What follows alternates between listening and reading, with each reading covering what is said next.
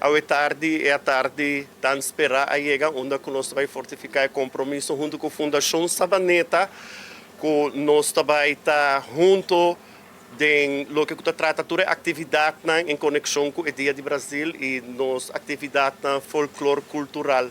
Para mim é um honor de estar aqui como vice-presidente da Fundação, com hope e emoção para nós apresentar tanto nos traje que nós também está ilustrando ribacaia setembro 7 venidero e também traje da Fundação Bernadina. Nós também está trazendo história, nós também trazendo palavras de antes, de caso aqui, nós romanos de Savaneta também troca comida de lama, com comida de cunuco que nós grandes não tá produzir antes, então essa aqui tour também bem começando com a eleição de reina folclore, onde nós também começar com a história grande, então também queda uma continuação. Então, o final, tour rende lo por presentele, arriba nos caia de barrio de Brasil e dia de Gran Parada. Pelo que você vai arriba caminho, arriba Parada Cultural, também um teatro, se me porbisa. Corretamente. É baile, é uma celebração cultural,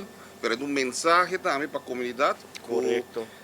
Não olvidar os valores de antes. De onde nós sabemos. Aceita nossa identidade, aceita quem nós está como ser humano, como arubiano. Nós temos diferença de diferentes distritos, cada um está distinto, mas nós está Aruba e Savaneta, o Brasil, também faz coisa de Parada Cultural, nós está hope entusiasmar que a ideia.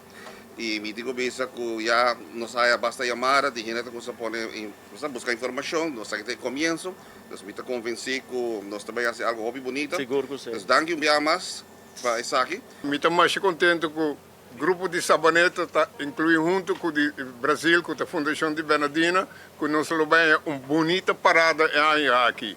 Mas é bom mesmo, um aplauso grande para todas as bandas, mas danke.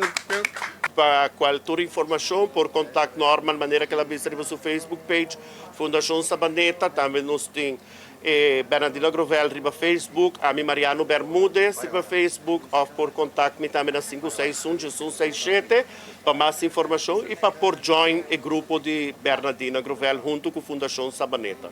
Okay.